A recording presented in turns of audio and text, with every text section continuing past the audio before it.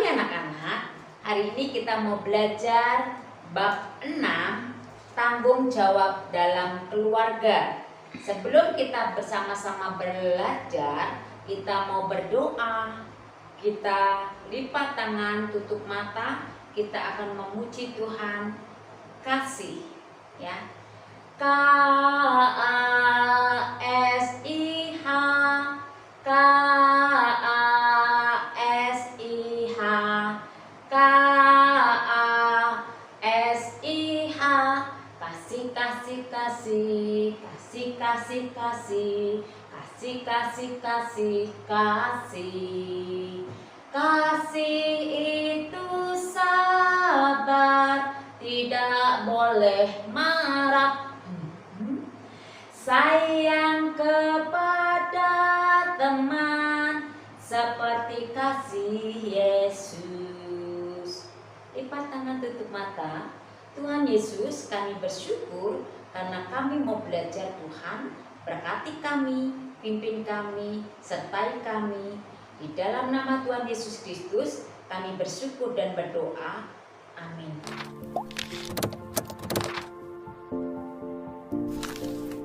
Bagian A, kita belajar arti tanggung jawab. Apakah itu tanggung jawab?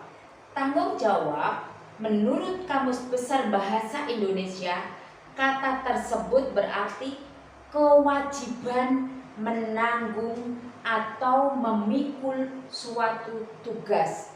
Nah, seorang bayi belum dapat diberi tugas, tetapi anak yang seusia anak-anak sekarang sudah bisa diberi tugas sesuai dengan usia dan kemampuan anak-anak.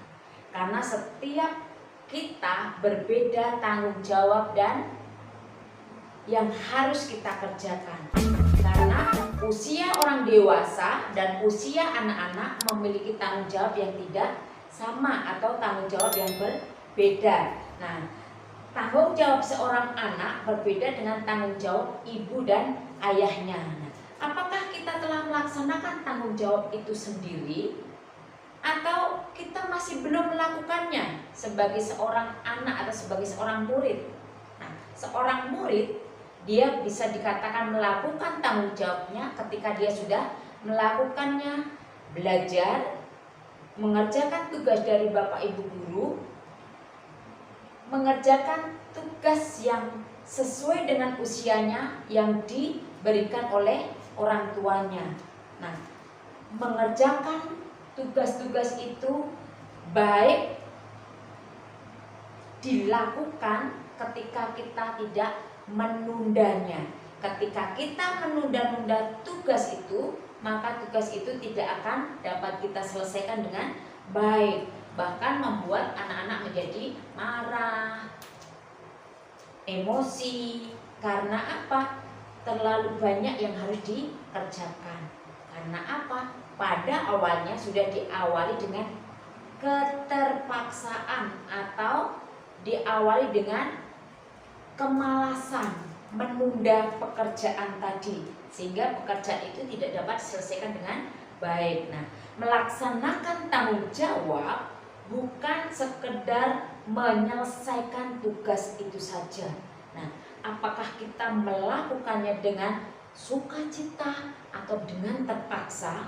Itu semua yang bisa melakukan adalah kita, bukan orang lain, ya. Tuhan memberkati setiap orang yang mau mengerjakan tugas dan tanggung jawabnya dengan sukacita, dengan ketulusan, keikhlasan, dengan ucapan syukur, bukan dengan kerutuan atau dengan sekedar semaunya sendiri atau dengan bersungut-sungut, tetapi harus dengan sukacita. Maka Tuhan akan mendengarkan dan Tuhan akan memberkati. Nah, bagaimana dengan cerita-cerita pada pelajaran kita hari ini? Tuhan juga memberikan tanggung jawab yang besar kepada seorang nabi yang begitu taat dan setia kepada Tuhan. Kita akan perhatikan video bagaimana Tuhan memberikan tanggung jawab itu kepada seorang nabi yang bernama Nuh diberi tanggung jawab untuk membuat bahtera. Nah, kita perhatikan baik-baik video ini. Nuh, Kejadian 6, Kejadian 7, Kejadian 8, dan Kejadian 9 ayat 1-17. Bertahun-tahun kemudian, jumlah manusia semakin banyak di bumi.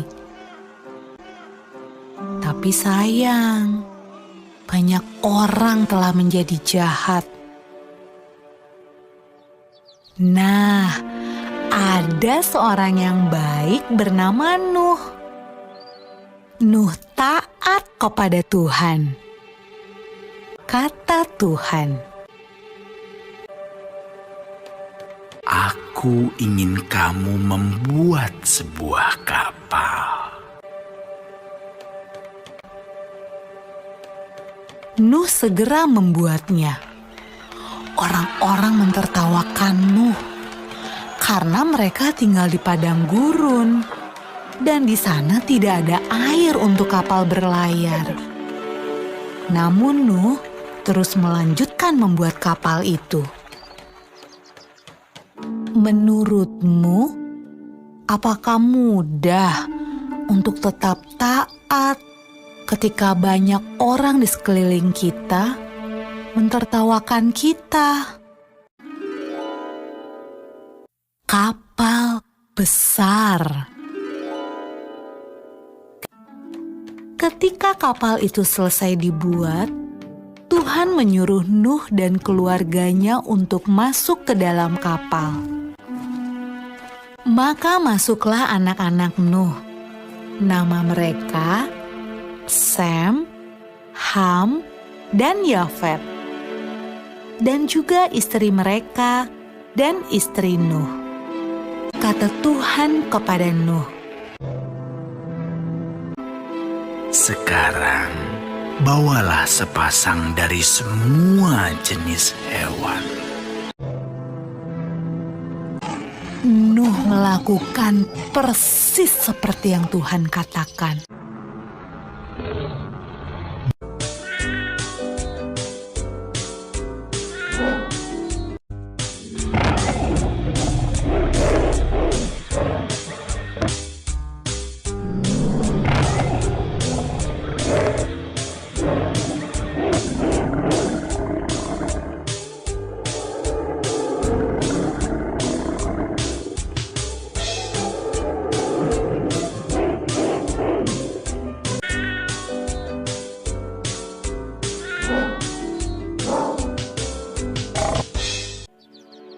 Ketika hewan terakhir masuk ke dalam kapal,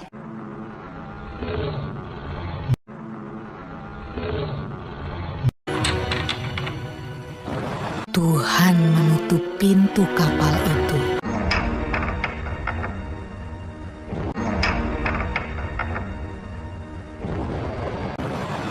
Hujan pun mulai turun. Hujan turun sangat deras, sampai air menutupi ladang-ladang. Hujan turun sangat deras, sampai seluruh kota terendam air. Bahkan sampai gunung-gunung pun tenggelam.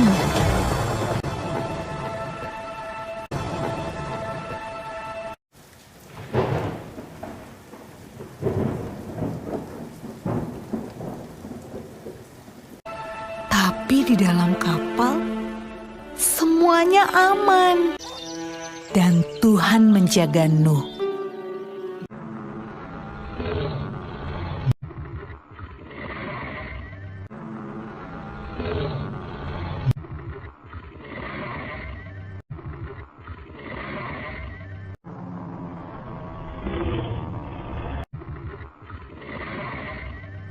Menurutmu, berapa hari ya kira-kira hujan turun? Setelah 40 hari dan 40 malam, hujan berhenti. Namun belum waktunya untuk turun dari kapal. Air masih ada di mana-mana. Pada suatu hari, Nuh melepaskan seekor merpati kecil untuk terbang dan melihat apa yang terjadi di bumi. Merpati itu membawa pulang setangkai daun yang hijau. Hore! Tumbuh-tumbuhan sudah tumbuh kembali. Hampir saatnya untuk keluar dari kapal. Menurutmu, apa ya yang sedang dilakukan orang-orang saat Nuh membuka pintu kapalnya?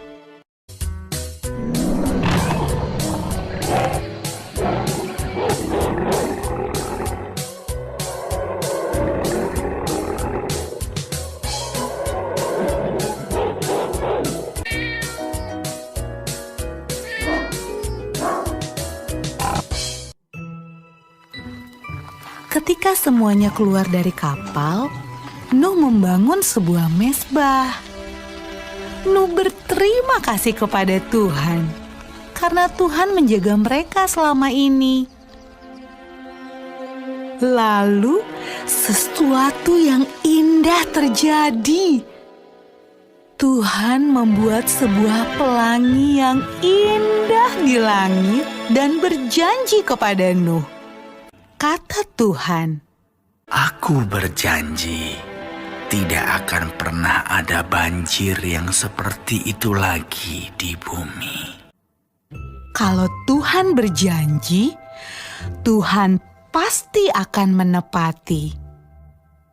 Nah, adik-adik, bukankah sangat menyenangkan memikirkan semua janji yang Tuhan berikan buat kita?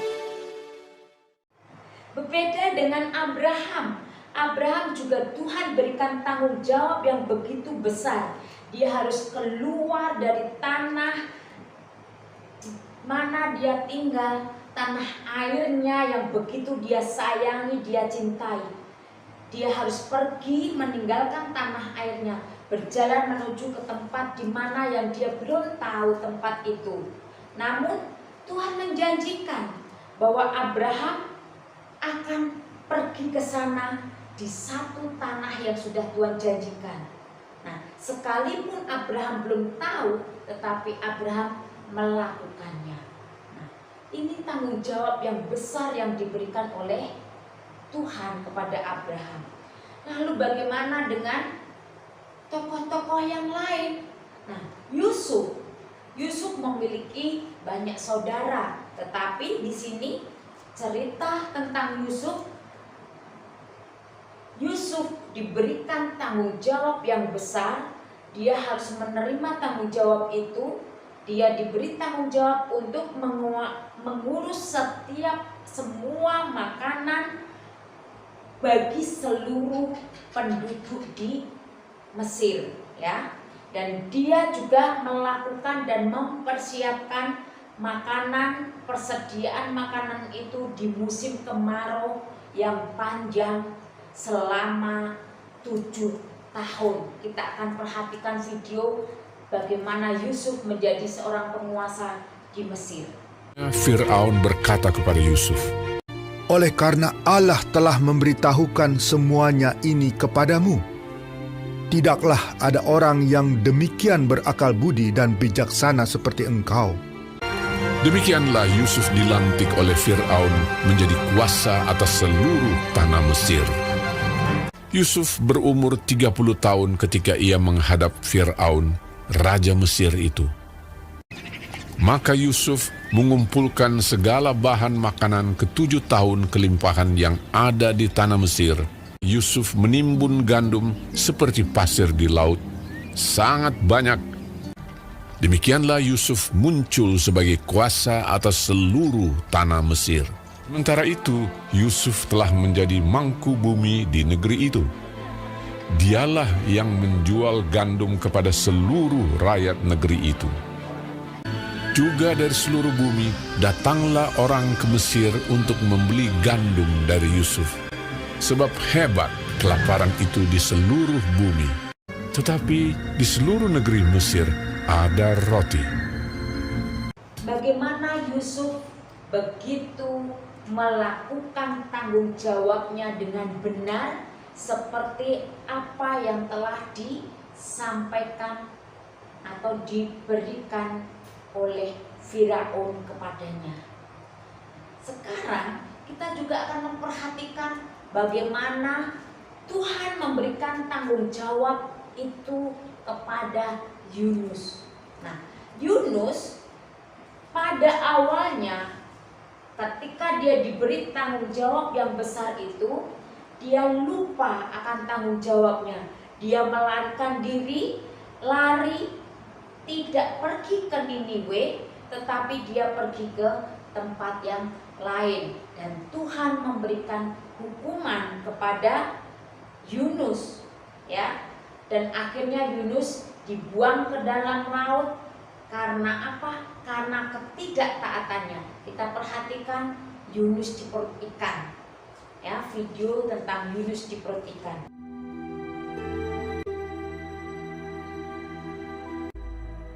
Datanglah firman Tuhan kepada Yunus demikian. Bangunlah, pergilah ke Niniwe, kota yang besar itu. Berserulah terhadap mereka, karena kejahatannya telah sampai kepadaku. Tetapi Yunus bersiap untuk melarikan diri ke Tarsis, jauh dari hadapan Tuhan. Ia pergi ke Yafo dan mendapat di sana sebuah kapal yang akan berangkat ke Tarsis. Ia membayar biaya perjalanannya, lalu naik kapal itu untuk berlayar bersama-sama dengan mereka ke Tarsis, jauh dari hadapan Tuhan.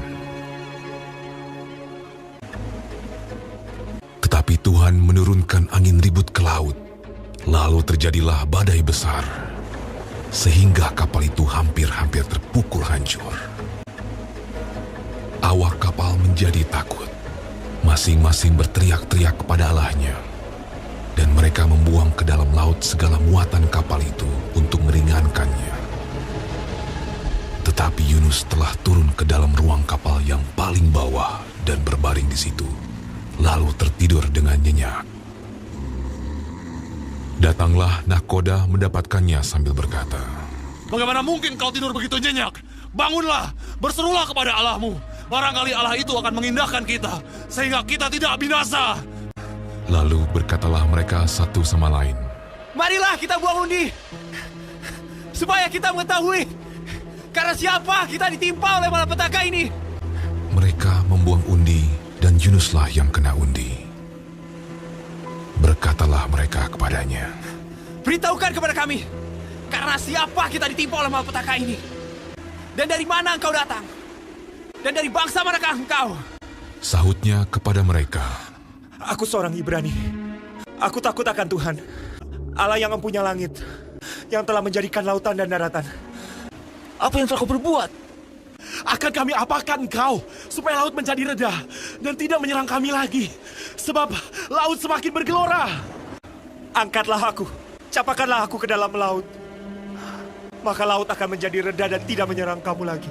Sebab aku tahu bahwa karena akulah badai besar ini menyerang kamu." Lalu berdayunglah orang-orang itu dengan sekuat tenaga untuk membawa kapal itu kembali ke darat. Tetapi mereka tidak sanggup, sebab laut semakin bergelora menyerang mereka. Lalu berserulah mereka kepada Tuhan, katanya, "Ya Tuhan, janganlah kiranya kau biarkan kami binasa karena nyawa orang ini."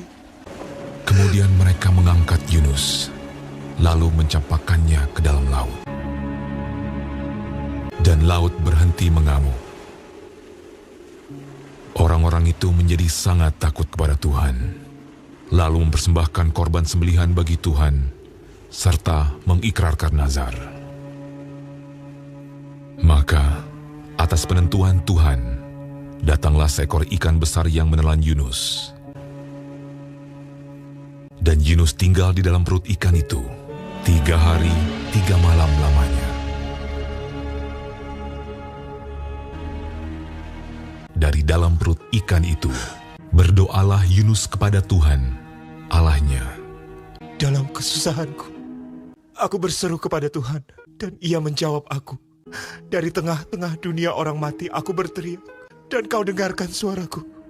Telah Kau lemparkan aku ke tempat yang dalam, ke pusat lautan.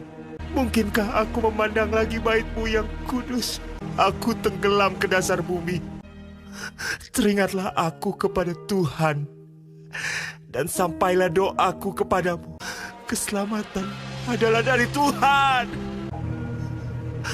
Lalu berfirmanlah Tuhan kepada ikan itu, dan ikan itu pun memuntahkan Yunus ke darat.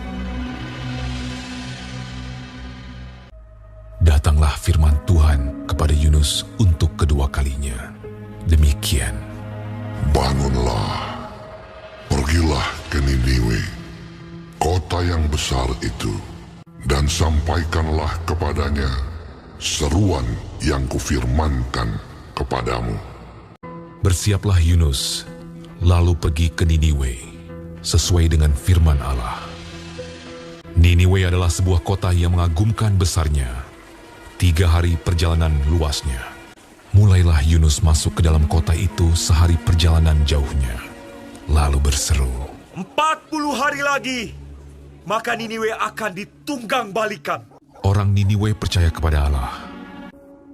Setelah sampai kabar itu kepada raja kota Niniwe, siapa tahu, mungkin Allah akan berbalik dan menyesal, serta berpaling dari murkanya, sehingga kita tidak binasa. turunlah ia dari singgasananya, ditanggalkannya jubahnya, diselubungkannya kain kabung, duduklah ia di abu. Lalu atas perintah raja dan pembesarnya, haruslah semuanya, manusia dan ternak, berselubung kain kabung dan berseru dengan keras kepada Allah, serta haruslah masing-masing berbalik dari tingkah lakunya yang jahat dan dari kekerasan yang dilakukannya. Lalu mereka mengumumkan puasa, baik orang dewasa maupun anak-anak, mengenakan kain kabung. Ketika Allah melihat perbuatan mereka itu, yakni bagaimana mereka berbalik dari tingkah lakunya yang jahat, maka menyesallah Allah karena malapetaka yang telah dirancangkannya terhadap mereka. Dan ia pun tidak jadi melakukannya. Karena Yunus takut kepada Tuhan, maka Yunus bertobat dan menerima tanggung jawab itu. Dia kembali melakukan tanggung jawabnya. Dia pergi ke Niniwe. Dan bagaimana dengan tokoh-tokoh yang lain? Ada Yohanes menerima tanggung jawab yang begitu besar.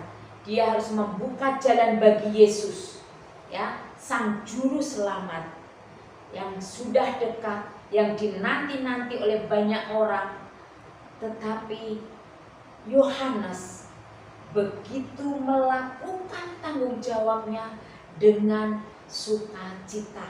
Dia lakukan, dia pergi memberitakan Injil, dan dia membuka jalan bagi Sang Juru Selamat agar berita firman Tuhan itu dapat disampaikan. Dan dia juga tidak menolak, tetapi justru dia melakukan dan bertanggung jawab atas pekerjaan, tugas yang sudah dipersiapkan untuk dirinya. Karena apa? Dia tidak lalai, dia tidak lupa akan tanggung jawabnya untuk membuka jalan bagi Yesus. Bagian B, kita akan belajar tugasku dalam keluarga. Nah, anak-anak, setiap kita pasti memiliki tugas dan tanggung jawab yang berbeda-beda di dalam keluarga. Nah, ada contoh dalam cerita pelajaran kita hari ini tentang Samuel. Nah, ketika Samuel kecil, ya, dia tinggal bersama-sama dengan Imam Eli. Nah, ketika tinggal bersama Imam Eli, dia juga belajar melayani Tuhan. Dengan tugas tanggung jawab itu, dia juga membersihkan rumah Tuhan atau bait Allah seperti apa yang sudah dia lakukan karena dia mengasihi Tuhan dan dia juga mencintai Tuhan. Dia juga sayang kepada Imam Eli. Nah, sekalipun dia harus membersihkan tempat ibadah bait Allah, dia menyelesaikan tanggung jawabnya dengan benar. Dia menyediakan minyak agar setiap pelita yang ada di bait Allah itu bisa menyala. Nah, apa itu pelita? Pelita itu seperti lampu, ya. Pada zaman dulu, ya, pada zaman kehidupan di zaman Imam Eli ini disebut sebagai pelita, ya, untuk menerangi ruangan itu disebut pelita dan diberikan minyak agar pelita itu bisa menyala. Nah, Imam Eli mempunyai tanggung jawab yang besar juga. Nah, selain itu Imam Eli juga memiliki 2 orang anak laki-laki yang bernama Hofni dan Pinehas. Tetapi Hofni dan Pinehas ini tidak bisa melakukan tanggung jawabnya dengan benar, karena apa yang diperintahkan oleh Imam Eli dia tidak melakukannya. Dia melanggar setiap perintah yang disampaikan oleh Imam Eli.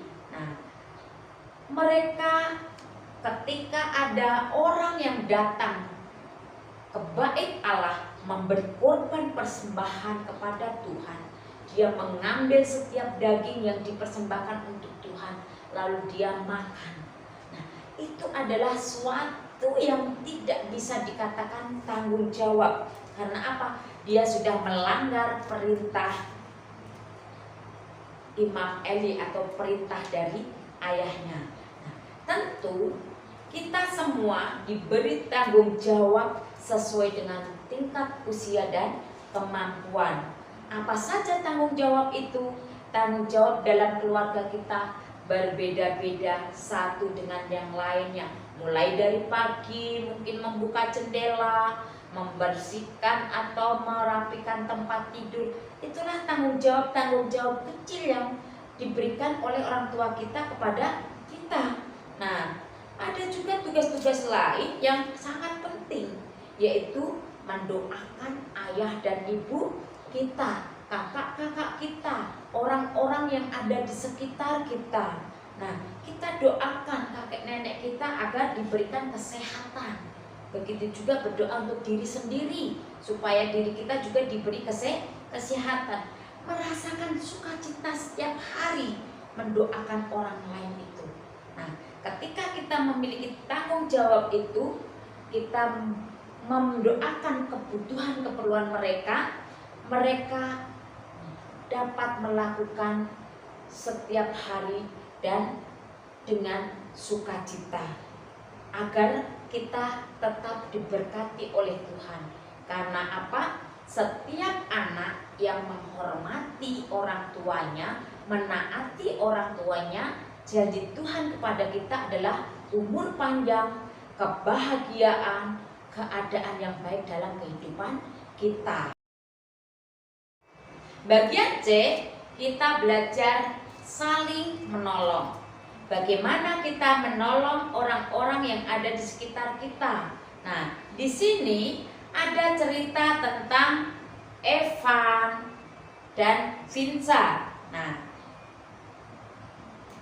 ia sedang mengajari adiknya mengerjakan soal matematika. Ini adalah Evan dan Vinsa. Nah, Vinsa selalu bertanya kepada kakaknya jika mengalami kesulitan. Begitu juga anak-anak bisa lakukan ini di rumah. Kalau anak-anak tidak punya kakak, tidak punya koko, tidak punya cece, bisa bertanya dengan mama atau papa, dengan ayah atau ibu, atau mungkin dengan kakek atau nenek kita. Karena apa?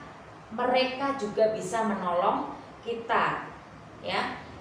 Kalau bukan kakak, kakek, nenek, ayah, ibu kita, siapa yang akan menolong kita di rumah, ya? Tentu merekalah yang kita butuhkan, merekalah yang dapat menolong kita. Nah, mungkin kalau mereka ada mbak di rumahnya, ya, yang menolong atau asisten rumah tangga, mungkin bisa mereka juga menolong anak-anak, ya. seperti halnya ada nasihat buat kita semua ya. Di dalam kitab ya Galatia pasal yang ke-6 ayatnya yang kedua, Rasul Paulus mengajarkan kepada jemaat di Galatia agar mereka hidup saling tolong menolong ya. Yang isi dari kitab Galatia 6 ayatnya yang kedua, bertolong-tolonganlah menanggung bebanmu, demikianlah kamu memenuhi hukum Kristus. Tugas yang berat akan terasa ringan jika kita selesaikan bersama-sama. Seperti apa? Contohnya piket kelas. Kalau kita saat tatap muka bisa dikerjakan bersama-sama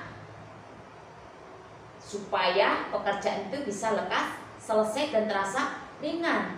Sama halnya gotong royong di jalan raya misalnya. Nah, mereka satu sama lain saling menolong. Karena apa? Jika pekerjaan itu diselesaikan sendiri, itu tidak akan cepat selesai. Tetapi ketika dikerjakan bersama-sama, pekerjaan itu akan terasa ringan dan lebih cepat selesai. Nah, tugas seberat apapun, jika pekerjaan itu dilakukan dengan sukacita dan dikerjakan bersama-sama, itu akan terasa lebih ringan jika itu pekerjaan yang harus dilakukan bersama-sama. Nah, tidak jarang orang atau seorang ibu atau seorang ayah yang harus bekerja di luar rumah, dia harus menyelesaikan pekerjaan di dalam rumah. Nah, tetapi ketika dia melakukannya dengan sukacita, maka pekerjaan itu akan cepat selesai dan akan cepat dan terasa ringan. Bukan pekerjaan yang membebani dirinya, tetapi pekerjaan yang membuatnya sukacita karena dia mencintai dan menyayangi Tuhan, maka dia juga menyayangi keluarganya. Maka anak yang takut akan Tuhan akan menolong orang tuanya, dan tolong menolong dalam kehidupan kita akan membawa kerukunan dan membawa sukacita bagi seluruh keluarga. Kita akan akhiri pelajaran kita dengan berdoa. Sebelum kita berdoa, kita akan mengingat bahwa di dalam Galatia 6 ayat 2, kita harus saling tolong menolong untuk menanggung beban kita, karena demikianlah kita memenuhi hukum Kristus ya. Kalau kita mengingat di dalam Galatia 6 ayat 2, kita saling tolong menolong supaya kita dapat menanggung setiap beban tanggung jawab kita. Kita lipat tangan, tutup mata, kita berdoa. Bapa kami yang di surga, kami mengucap syukur untuk setiap berkat-berkat Tuhan, agar kami menjadi anak-anak yang memiliki tanggung jawab di dalam keluarga kami masing-masing sesuai dengan tingkat usia kami. Kami dapat lakukan tanggung jawab itu dengan sukacita, karena Tuhan mengajarkan kepada kami agar kami saling tolong menolong dalam menanggung beban kita. Di dalam nama Tuhan kami Yesus Kristus kami bersyukur dan berdoa. Amin.